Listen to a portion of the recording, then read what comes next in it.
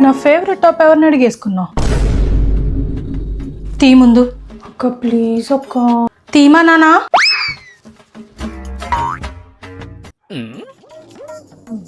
ఎక్కడికి వెళ్తున్నావు?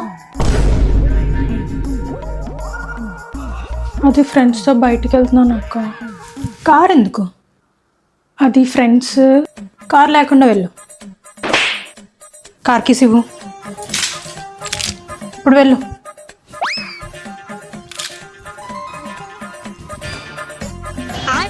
ఎవరితో మాట్లాడుతున్నావు? ఫ్రెండ్తో చాట్ చేస్తున్నాను. ఫ్రెండ్ కాదని తెలిసిందో అప్పుడు చెప్తా.